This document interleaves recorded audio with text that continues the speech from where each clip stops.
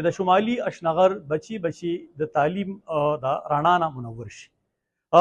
نیو اسلامیا چې څنګه په 400 کې په تعلیمي میدان کې خپل یو کردار لرلو، محنت یې کو، کوشش یې کو، هغه کوشش یې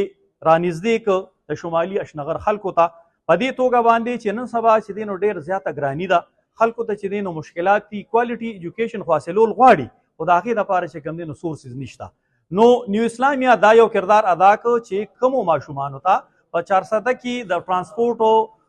باندې به تګ و، په هغې باندې به پیسې لګېدې، هغه څیز هغې دلته کې راوړو، کم از کم هغې به د ټرانسپورټ د خرچې نه د هغې والدین بچ شي. د دې سره سره به هغې ته هغه کوالټي ایجوکیشن په خپل ډور سټپ باندې انشاءالله ملاویږي. نو مکرم خان صاحب